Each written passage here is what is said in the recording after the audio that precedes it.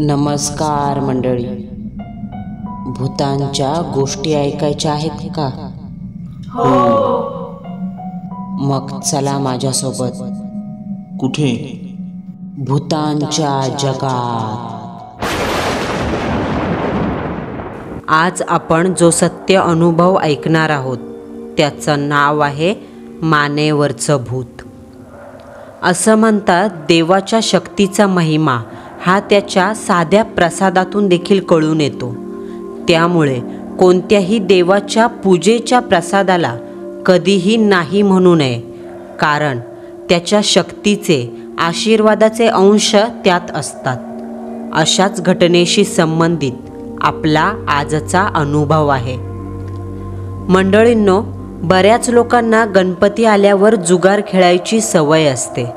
बाकीचे महिने हे जुगारू कधी खेळत नाहीत, पण गणपतीमध्ये ही अशी लोक रात्रभर जुगार खेळतात. कित्येक काळ उलटून जातील, पण गणपतीमध्ये जुगार खेळणारे काही कमी होणार नाहीत.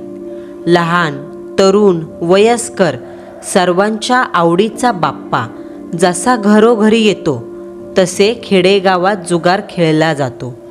गणपती आले की 10 दिवस हा खेळ मोठ्या आवडीने दिवसापासून रात्रीपर्यंत 24 तास चालूच असतो. आता हा जुगाराचा विषय काढण्याचं कारण इतकंच, आज आपण जी सत्य घटना ऐकणार आहोत ती या कारणावर आहे. सदरील घटना 5 फेब्रुवारी 2000 साली घडलेली आहे. विलास हे माझ्या मामाचे म्हणजे दिगंबररावांचे जिगरी मित्र. विलास हे व्यवसायाने मटण शॉप चालवायचे, तर माझे मामा म्हणजे दिगंबर हे देवाला घालणाऱ्या हाराचं दुकान चालवायचे. दोघांची दुकानं एकाच बाजारात असून थोडी लांब होती. आज रविवार असल्याने विलासरावांच्या मटण शॉपमध्ये तुडुंब गर्दी उसळली होती.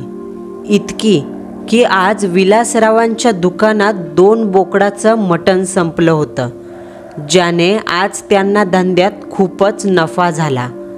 विलासरावांच्या चेहऱ्यावर पसरलेल्या आनंदाने हे समजून येत होतं. संध्याकाळ झाली. कावळे आकाशातून उडत का का करत घर गाठू लागले. मटण शॉप बंद करून विलास आपल्या मित्राच्या म्हणजे माझ्या मामाच्या हाराच्या दुकानाजवळ आले. आज त्यांनी नफा जास्त झाल्याने घरी मटण घेऊन जायचं ठरवलं होतं. तशी त्यांनी हातात काळ्या रंगाची प्लास्टिकची पिशवी धरलेली दिसत होती. दिग्या, निघायचं का? विलासरावांनी माझ्या मामाकडे पाहिलं आणि विचारलं. मामा त्यावेळेला दुकानाचं दार बंद करत होता. दार लावून तो वळाला. हां चल. दिगंबररावांनी दुकानाला टाळं लावून होकार दिला आणि मग ते दोघेही लागलीच हम रस्त्याला लागले. चालताना रस्त्याच्या दोन्ही बाजूंना विविध प्रकारची दुकाने लागत होती. गणेश जयंती 4 दिवसांवर येऊन ठेपली होती. गणपती बाप्पाच्या मखरीला लावल्या जाणाऱ्या रंगीबिरंगी लाईटींनी इलेक्ट्रिकची दुकानं सजली होती.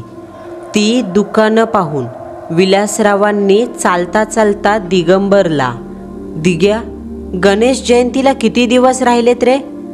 असा प्रश्न केला. आजपासून 4 दिवसांवर म्हणजे 9 फेब्रुवारीला गणेश जयंती आहे आणि बाप्पाच्या कृपेने धंदा एकदम जोरात चाललाय बघ, दिगंबर प्रसन्न स्वरात म्हणाले. वा, हे भारी झालं बघ.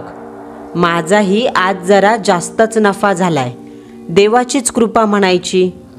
विलासरावांनी चालता चालता सहज नजर उजव्या बाजूला टाकली. तसं त्यांना दिसलं, रस्त्यावर एका सुरकुतलेल्या चेहऱ्याची एक म्हातारी टोपली घेऊन बसली होती. टोपलीत मातीच्या गौराईच्या लहान सहान मूर्ती होत्या. कदाचित त्या बिचारीचा आज धंदा कमी झाल्यासारखा वाटत होता, कारण तिच्या चेहऱ्यावरचे भाव दुःखी होते. विलासरावांना तिची कीव आली. दिग्या, थांबा. विलासरावांनी नजरेने इशारा करत दिगंबररावांना पुढे पाहायला सांगितलं. काय रे, काय झालं? दिगंबरने विचारलं. अरे, त्या म्हातारीचा धंदा झालेला दिसत नाही. बघ ना कशी बसले बिचारी. विलासरावांनी असं म्हणताच दोघांनाही तिची कीव आली. तसे दोघेही तिच्या जवळ पोहोचले. काय ग म्हातारे, एक मूर्ती कितीला दिलीस? विलासने विचारलं. त्याच्या या वाक्यावर त्या म्हातारीच्या चेहऱ्यावर प्रसन्न भाव झळकले. तिच्या सुरकुतलेल्या चेहऱ्यावर हळूच हास्य आलं. गरीब माणूस छोट्या छोट्या गोष्टीतही आनंद शोधत असतो. आयुष्यात जितकं मिळालंय तितक्यात सुखी राहणं हा निसर्गाचा नियम. परंतु कलियुगात या नियमाला पूर्ण तडा गेलाय. मानवाला पैशाची हाव गलिच्छ कचऱ्यासारखी चिटकून बसलीये. असो, एक मूर्ती 30 रुपयाला दिली पोरा, ती म्हातारी खोल गेलेल्या आवाजात म्हणाली. तसे विलासरावांनी लागलीच पैसे कमी न करता एक 100 रुपयाची नोट काढून त्या म्हातारीच्या हातावर टेकवली. बाकीचे पैसे तुलाच ठेव, असं म्हणत विलासरावांनी 2 मूर्त्या हातात घेतल्या. त्यातील एक मूर्ती त्यांनी दिगंबरला दिली आणि एक आपल्याकडे ठेवली. पोरा, आज तुझ्यामुळं माझा थोडा तरी धंदा झाला बघ, नाहीतर आज चूलच पेटली नसती बघ. ती म्हातारी आपल्या जागेवरून उठली. विलासरावांनी ती गौरीच्या मूर्ती असलेली टोपली हलकेच उचलून तिच्या डोक्यावर ठेवली. पोरा, जशी तू माझी मदत केलीस तशी गौराई पण तुझं भलं करील.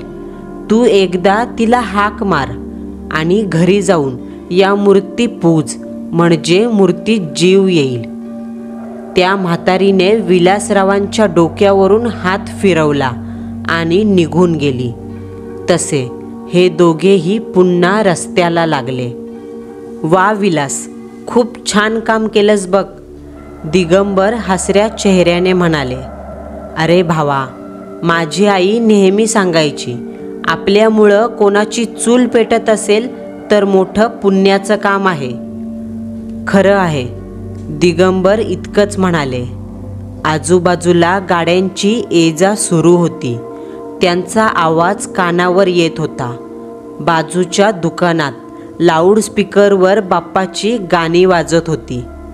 20-25 मिनिटांनी दिगंबर आणि विलास दोघांनीही बाजार मागे सोडला. आता त्यांच्या गावचा मातीचा माळरान रस्ता लागला.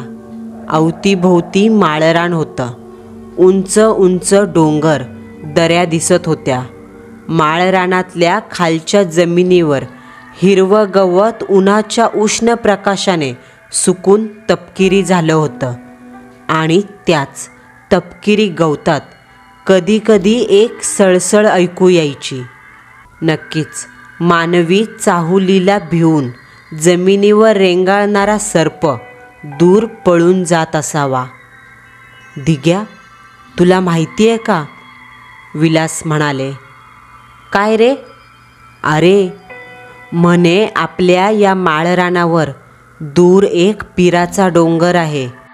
तिथे मरियाईचा गाडा डोक्यावर घेऊन फिरणाऱ्या एका पेटाऱ्याला दरोडेखोरांनी पकडून मारलं होतं आणि त्याच्या बायकोची इज्जत पण लुटली होती. मग तिला पण मारून टाकलं होतं. लोक अशी म्हणतात, त्या डोंगरावर जो कोणी दिवसा रात्री जातो त्याला तो गुबुगुबूचा आवाज आणि चापकाचा अंगावर फटका ओढल्याचा आवाज ऐकू येतात. रात्री 1-2 जणांना तर तो मेलेला पेटारावाला अंगावर सटकी मारत नाचताना पण दिसला आहे. विलासरावांचं बोलून झालं. त्याचे हे बोल ऐकून दिगंबररावांना जराशी भीती वाटली.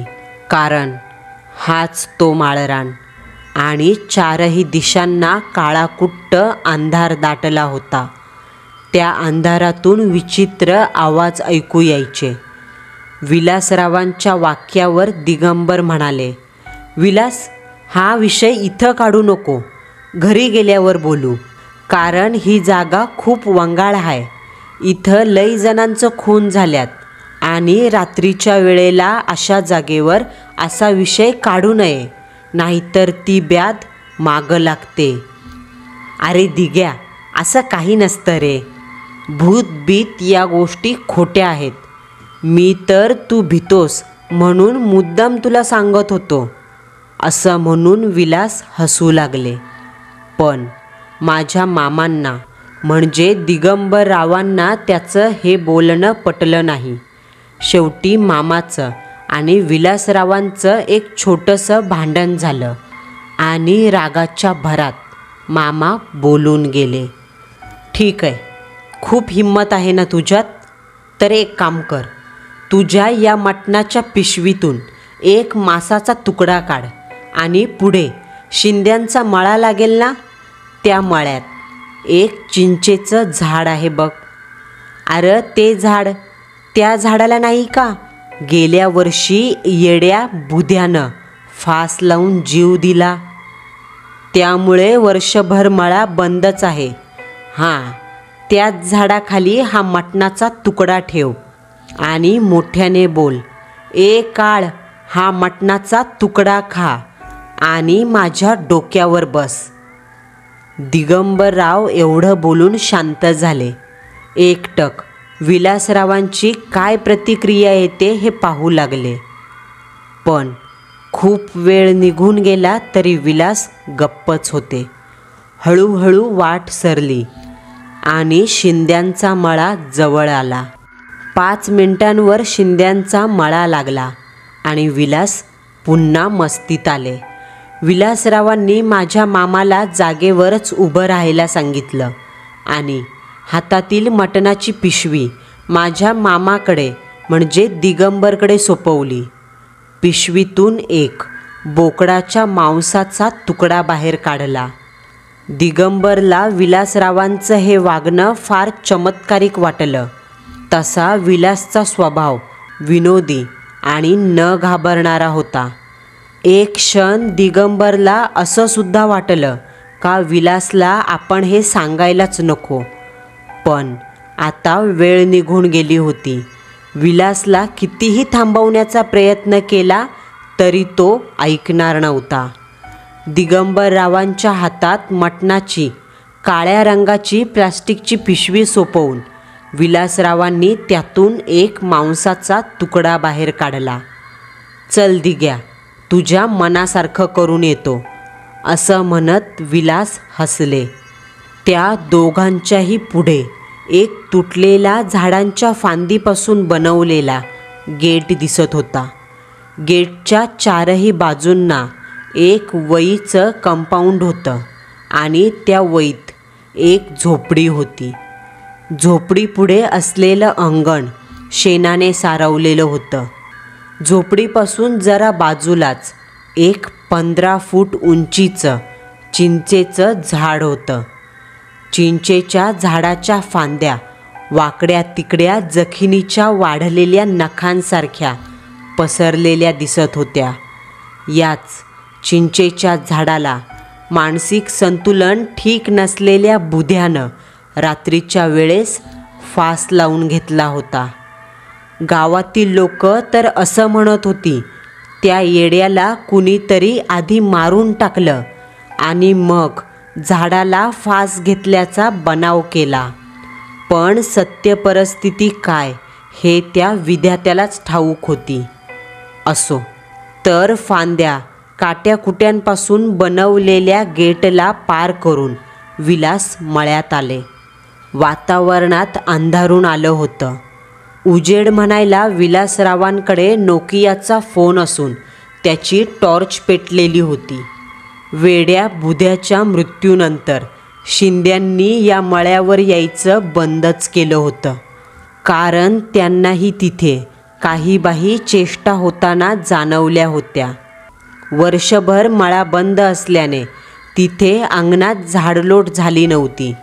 टॉर्चच्या उजेडात चिंचेच्या झाडाची पानं आणि बराचसा कचरा अंगणात पडलेला दिसून आला. आकाशात हलकंसं चांदणं पडलं होतं. तोच चांदण्यांचा प्रकाश चिंचेच्या झाडावर पडला आणि अंगणात झाडाची काळीशार चेटकिनीसारखी प्रतिकृती उमटलेली. विलासरावांच्या अंगाला अंगणामध्ये येताच एक हलकासा गारवा झोंबत होता. रातकिड्यांचा किरकिरण्याचा आवाज मंद गतीने कानावर पडत होता. त्या आवाजाव्यतिरिक्त तिथे एक विलक्षण शांतता होती. विलासरावांच्या उजव्या हातात बोकडाच्या मांसाचा तुकडा होता. तोच तुकडा त्यांनी कंबर वाकवून त्या चिंचेच्या झाडाखाली ठेवला आणि वाकलेल्या अवस्थेतच वर पाहिलं. चिंचेचं झाड अंधाराने गिळलं होतं. वेड्यावाकड्या काळ्याशार फांद्यांमधून चंद्राची कोर दिसत होती. एक क्षण विलासरावांना असं वाटलं, ते झाड आपल्या अंगावरच धावून आलं आहे. दिगंबरराव भेदरलेल्या अवस्थेत विलासकडे पाहत होते, कारण त्यांनी त्या चिंचेच्या झाडाला लटकलेलं येड्या बुध्याचं प्रेत पोलिसांकडून खाली उतरवत असताना स्वतःच्या डोळ्यांनी पाहिलं होतं. बुध्याच्या मैताचे निर्जीव मृत डोळे बेडकासारखे खोबणीतून बाहेर आलेले, जीभ तोंडातून सरड्यासारखी बाहेर लोंबत होती. रात्रभर ते प्रेत झाडाला लटकत राहिल्याने त्वचा पांढरीफट्ट पडली होती आणि त्या प्रेतातून घाण वास सुटला होता. ए विलास, चल, बास झालं, चल, दिगंबरराव भीतीने जागेवरूनच म्हणाले. पण विलासरावांनी मात्र त्यांच्याकडे पाहिलं नाही. विलास जागेवर उभे राहिले. दिगंबररावांनी सांगितल्यानुसार मोठ्यानं ओरडून म्हणाले, ए बुध्या, हा मटणाचा तुकडा खा आणि बस माझ्या डोक्यावर. एवढं बोलून ते हसू लागले.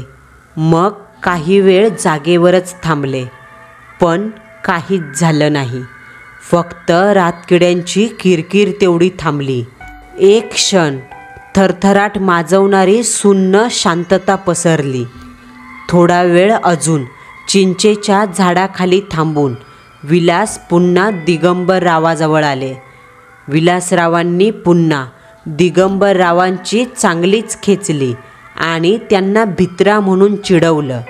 यावेळेस मामा काहीच म्हणाले नाहीत, कारण विलासरावांनी कामच असं केलं होतं. काही वेळातच ते दोघे घरी आले. पण घरी येताना वाटेत एक गोष्ट घडली होती. विलासरावांच्या हातातील मटणाची पिशवी एका कुत्र्याने तोंडाने हिसकवून ती पिशवी घेऊन तो कुत्रा दूर पळून गेला होता. माझ्या मामांना हे झालेलं प्रकरण काही चांगलं वाटलं नाही. त्यांना जरासा संशय आला, कारण त्याच मटणाच्या पिशवीतला एक मांसाचा तुकडा त्या चिंचेच्या झाडाखाली ठेवला होता.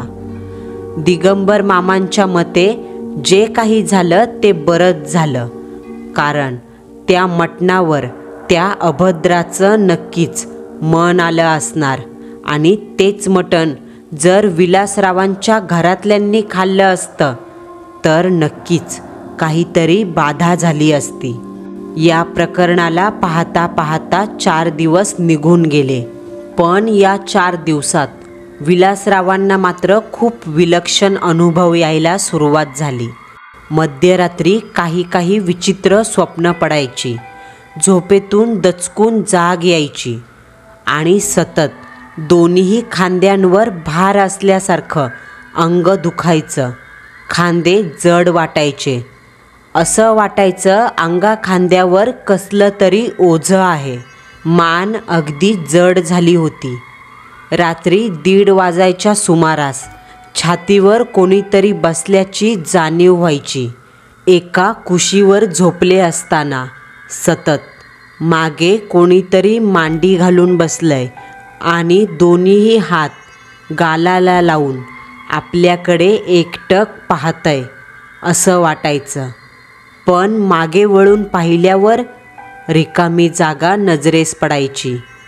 रात्री अपरात्री 4-5 वेळा त्यांनी आपल्या खोलीत कोणाच्या तरी हलक्या स्वरातल्या कुजबुजण्याचा तर कधी हसण्याचा आवाज ऐकला होता.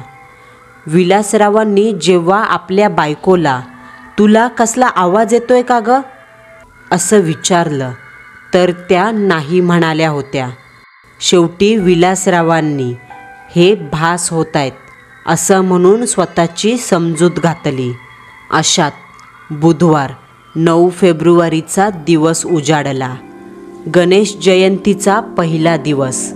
नेहमीप्रमाणे विलास आणि माझे दिगंबर मामा धंद्यावरून घरी यायला निघाले. आकाशातल्या चंद्राच्या प्रकाशाने त्या दोघांच्याही पायाखालची पायवाट हलकीशी उजळली होती. भकास अशा माळरानावर मंद हवा सुटली होती आणि त्या मंद हवेत विलासरावांच्या कानावर पेटारा वाजावा असा आवाज ऐकू आला. अगदी मंद स्वरातला आवाज. विलासरावांनी आपल्या मित्राला याबद्दल सांगितलं, पण दिगंबररावांना कोणताही आवाज ऐकू येत नव्हता. उलट ते समजावणीच्या स्वरात "तुझे कान वाजत असतील" असं म्हणाले. माळरान पार करताच तो आवाज यायचा थांबला आणि मग जरा वेळाने शिंद्यांचा मळा लागला. मळ्याजवळून जाताना विलासरावांना कोणीतरी त्यांच्या नावाने हलकीच हाक मारली. "ए विलास." विलासरावांनी आवाज येताच आजूबाजूला पाहिलं, पण कोणीच दिसलं नाही. चंद्राच्या उजेडात चिंचेचं झाड काळकुट्ट दिसत होतं आणि त्या झाडाची ती अभद्र सावली अंगणात पडली होती. विलास जागेवर थांबून त्या चिंचेच्या झाडाकडे टक लावून पाहत होते. तोच दिगंबररावांनी पुढून आवाज दिला, "ए विलास, चल, टाईम झालाय." आलेल्या आवाजाने विलास दचकले, पण त्यांनी चेहऱ्यावर तसं दाखवलं नाही. काही वेळाने ते दोघे पुन्हा वाटेला लागले. चालता चालता त्यांचं संभाषण सुरू झालं. "दिग्या, आज माझ्याबरोबर येशील का? आबा पाटलाच्या घरी जाम मोठा डाव बसतोय पत्ते खेळायचा." विलास दिगंबररावाकडे पाहत म्हणाले, "अरे विलास, मला नाही जमणार. मला आज बायकोसोबत सासरवाडीला जायचंय, गणपतीच्या पाया पडायला.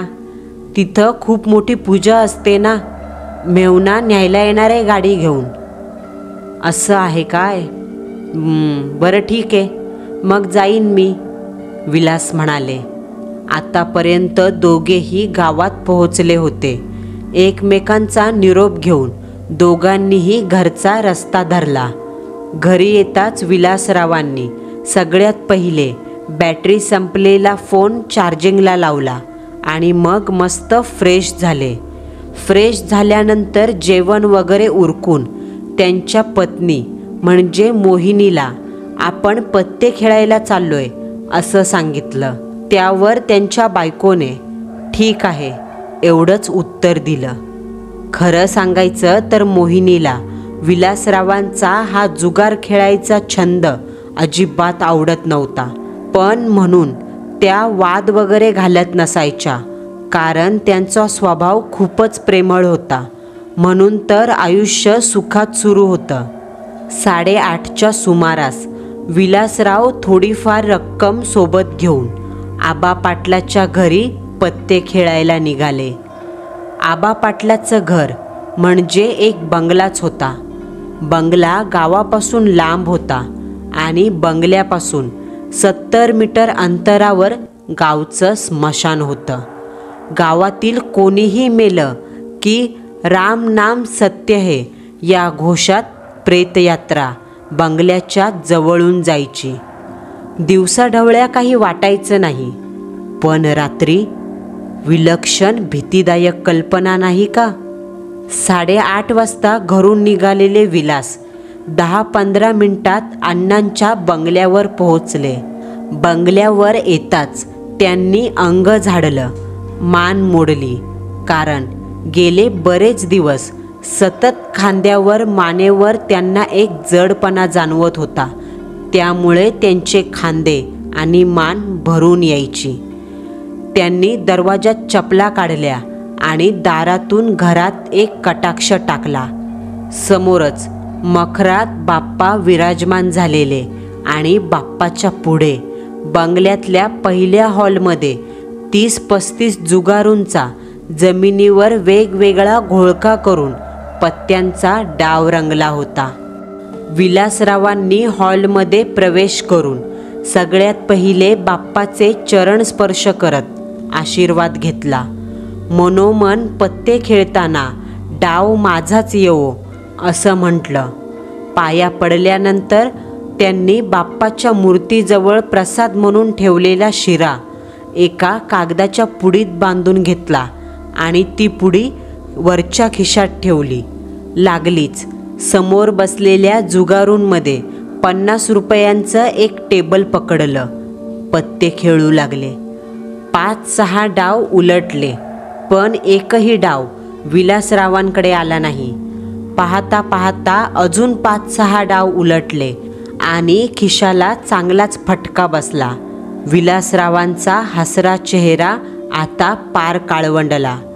पैसा जसा हातातून सटकायला सुरुवात झाली तशी त्यांच्या चेहऱ्यावर उदासीनतेची अंमळ चढली.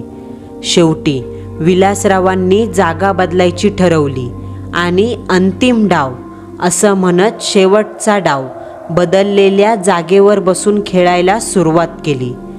अचानक तो डाव विलासरावांचा पहिला डाव म्हणून आला, जो की पुढे घडणाऱ्या अक्लिष्ट घटनेचा साक्षीदार होता.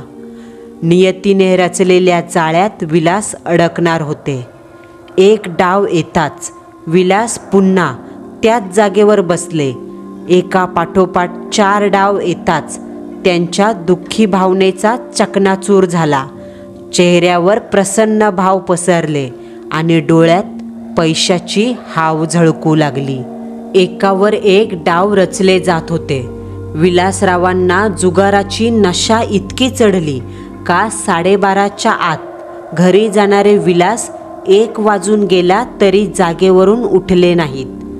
जुगारात फेकले जाणारे पैसे त्यांना त्या जागेवर बसायला भाग पाडत होते.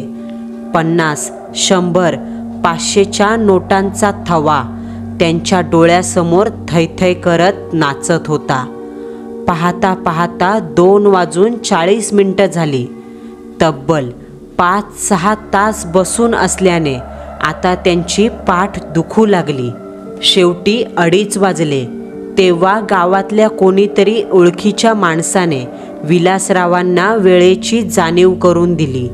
पण जुगारात जिंकणाऱ्या पैशाच्या लालसेने विलास वेडे झाले होते आणि नेमका विलासरावांनी फोनसुद्धा घरी चार्जिंगला लावला होता. सोबत उजेड म्हणून फक्त एक बॅटरी घेतली होती. शेवटी विलासरावांनी अजून अर्धा तास जुगार खेळला आणि मध्यरात्री 3 वाजता ते घरी जायला निघाले. आबा पाटलांनी विलासरावांना अडवलं. खूप टाईम झालाय, आता एकटा घरी जाऊ नको. आजची रात्र बंगल्यातच काढ आणि सकाळी घरी जा असं सांगितलं. पण विलासरावांचा पुरुषीपणा मध्ये आला. ते मोठ्या थाटात म्हणाले, मी कुणाच्या बाला पण घाबरत नाही. मर्दगडी आहे मी, एका चापटीत लोळवीन समोरच्याला. असं म्हणून विलास मध्यरात्री 2:15च्या दरम्यान पाटलाच्या वाड्यातून घरी जायला निघाले. आकाशातून चंद्राची कोर उगवली होती. चंद्राचा प्रकाश चहू बाजूंना पसरला होता, परंतु आजूबाजूला असलेली झाडे गडद काळीशार दिसत होती आणि त्यामुळे समोरची मातीची सरळ गेलेली पायवाट काळोखात बुडाली होती.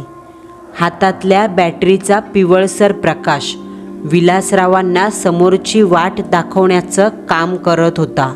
थंडीचा महिना असल्याने मध्यरात्रीचं पांढरं मंद धुक्क अवतीभोवती पसरलं होतं. त्या धुक्यातून चालताना थंडी अंगाला चिटकली जात एक तीव्र सनक हाडामासातून घुसायची आणि थंडीच्या स्पर्शाने सर्व अंग शहारून उठायचं. विलासरावांच्या पायात असलेल्या पॅरेगॉनच्या चपलेचा चटचट असा आवाज आणि रातकिड्यांची किरकिर त्यांच्याच कानावर पडत होती. विलास बॅटरीच्या पिवळसर उजेडात घराकडे निघाले. त्यावेळेस त्यांच्या लक्षात आलं, आबा पाटलाच्या घरात बसल्यापासून आत्तापर्यंत आपल्या मानेवरचं पाठीवरचं ओझं कमी झाल्यासारखं वाटतंय. या गोष्टीचा विचार करत असतानाच अचानक त्यांच्या मागून कोणीतरी वेगाने धावत गेलं. जमिनीवरून धावतानाचा पावलांचा आवाज त्यांच्या कानावर पडला. तसे विलासराव गरकन वळाले. हातातल्या बॅटरीचा प्रकाश मागे मारला, पण धुक्याव्यतिरिक्त उजेडात कोणीही दिसलं नाही. आपल्याकडे जुगारात जिंकलेली रक्कम आहे.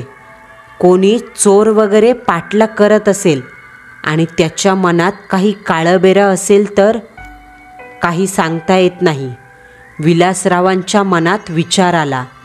शेवटी सुरक्षेखातर त्यांनी रस्त्याच्या बाजूला असणाऱ्या एका झाडाची जमिनीवर तुटून पडलेली एक जाडजूड फांदी रक्षणासाठी हातात घेतली आणि पुन्हा चालू लागले. विलासरावांना चालताना असा भास व्हायचा, आपल्या शरीरापासून 2 पावलं मागं कोणीतरी चालत आहे आणि दबक्या पावलानं आपला पाठलाग करत मागे येतंय. विलासरावांच्या कपाळावर आता घाम साचू लागला. नाकपुड्या फुगवून ते श्वास आत ओढू लागले. मनात भलते सलते विचार येऊ लागले. चोर असेल तर किती असतील? 1, 2, 4. आपण एकटे त्यांना मारू रोखू शकतो का? तरी आबा पाटील बोलतच होते, आजची रात्र इथेच राहा. पण भलताच शहाणपणा केला. आता विलासरावांना स्वतःचा राग येऊ लागला. पण त्यांना हे ठाऊक नव्हतं, मागे चोर नाही, भलतंच काहीतरी आहे. एक वेळ चोर पैसे घेऊन सोडेल, पण त्यांच्या मागावर जे काही आहे ते जीव घेतल्याशिवाय जाणारं नव्हतं. पावलांच्या आवाजानिशी हातातील जाडजूड फांदी गच्च पकडून विलासरावांनी पुन्हा गरकन मागे वळून पाहिलं. दुसऱ्या हातातील बॅटरीचा पिवळसर प्रकाश थोडा दूर एका झाडाच्या खोडावर पडला आणि त्या क्षणाला त्या खोडाजवळ उभं असलेलं ते पिठासारखं काटकुळं ध्यान वेगानं झाडाच्या मागे लपलं. विलासरावांना वाटलं झाडापलीकडे लपलेला तो इसम चोर आहे. तशी त्यांनी जोरात हाक दिली, ए कोण आहे तिथं? बाहेर ये. विलासरावांच्या वाक्यावर एक हलकासा घोगरा हसण्याचा आवाज आला. तो आवाज ऐकून विलासरावांना जराशी भीती वाटली, कारण तो आवाज सामान्य मुळीच नव्हता. विलास. झाडामागून विलासरावांचं नाव घेतल्याचं ऐकू आलं. विलासरावांनी हातातील बॅटरीचा पिवळा प्रकाश झाडाच्या खोडावरच मारला आणि त्या पिवळसर उजेडात झाडाच्या खोडामागून पिठासारखा पांढरा फट्ट प्रेताड येड्या बुध्याचा चेहरा हळूच बाहेर आला. पूर्ण चेहऱ्यातलं रक्त शोषलं गेलं होतं. डोक्यावर मुंज केलेलं टक्कल होतं. डोळ्यांची बुबळं पिवळी जर्द काजव्यासारखी चमकत होती आणि त्या दोन्हीही डोळ्यात मिरी एवढे काळसर टिपके. काळेशार ओठ फाकवत जबडा विचकून दात दाखवत येड्या बुध्याचं प्रेत विलासरावांकडं पाहून हसत होतं. हे असलं ध्यान पाहून विलासरावांची बुद्धी काम करायची बंद झाली. हातातील काठी केव्हाच गळून पडली. शिंद्यांच्या मळ्यात चिंचेच्या झाडाखाली ठेवलेल्या मटणाचा तुकडा, तो चेहरा, सर्व घटनाक्रम जसाच्या तसा डोळ्यासमोर तरळून गेला आणि स्वतःच्या केलेल्या धाडसीपणाचा विलासरावांना पश्चाताप झाला. विलास, मला तू मटाण दिलं ना आणि माझ्या डोक्यावर बस बोलला ना. बघ, मी 4 दिवस झालो तुझ्या खांद्यावरच बसून आहे, तुझ्या सोबतच आहे. मला तू जाम आवडलास. आता या आमुषाला मी तुला घेऊन जाणार आहे आणि मग आपण दोघं चिंचेच्या झाडावर बसू. असं म्हणत ते ध्यान विलासरावांच्या दिशेने येऊ लागलं. विलासराव भीतीपोटी हळूहळू मागे सरकू लागले. भीतीने त्यांच्या पायाखालची जमीनच सरकली होती. समोरचं दृश्य इतकं भयंकर होतं की मर्दपणा दाखवणाऱ्या विलासरावांचा भीतीने कोंबडा झाला होता. बुद्या, मला सोड. वाटलं तर मी तुला अख्खा बोकड देतो खायला. 2 पायाचं देतो, 4 पायाचं देतो, पण मला सोड. विलास भीत म्हणाला. बोकड नको मला तू पाहिजे. एकटा चिंचेच्या झाडावर बसून कंटाळलोय. कोणीतरी सोबत पाहिजे आणि मला तू स्वतःच अवतान धाडलं होतंस ना. एड्या बुद्याचं प्रेत पुन्हा विलासरावांच्या दिशेने पुढे सरकू लागलं आणि अचानक विलासरावांपासून 5-6 पावलावर जाऊन जागेवर थांबलं. ते ध्यान नाकपुड्या फुगवून कसला तरी वास घेत होतं आणि तोच त्याचे काजवासारखे 2 डोळे विलासरावांच्या खिशावर खिळले, ज्या खिशात गणपती बाप्पाच्या प्रसादाची पुडी बांधलेली होती. मगाशी तू त्या पाटलाच्या बंगल्यात गेला, तिथं देव बसलाय, त्याच्यामुळं मी तुझ्या खांद्यावर बसून आत येऊ नाही शकलो. म्हणून मी तुझी बाहेर वाट बघत बसलो. तरी तू खिशात ही घाण घेऊन आलास काय? तुझ्या खिशात जी घाण आहे ना, ती काढ आणि दूर फेकून दे. फेक ते. बुद्याचं प्रेत खर्जातल्या आवाजात खेकसू लागलं. विलास काही एवढे मूर्ख नव्हते का त्यांना समजणार नाही. बुद्याचं भूत गणपती बाप्पाच्या प्रसादाला सुद्धा घाबरतंय आणि जर आपण तो प्रसाद दूर फेकला तर नक्कीच बुद्याचं भूत आपल्याला झपाटणार. विलासरावांना कळून चुकलं. जोपर्यंत आपल्याकडे हा प्रसाद आहे तोपर्यंत हे ध्यान आपलं काहीच वाकडं करू शकणार नाही. शेवटी विलासरावांनी एक हात खिशावर ठेवला आणि थेट पळायला सुरुवात केली. पाठीमागून ते ध्यान विलासरावांपासून 10 पावलाचं अंतर ठेवून त्यांचा पाठलाग करत होतं.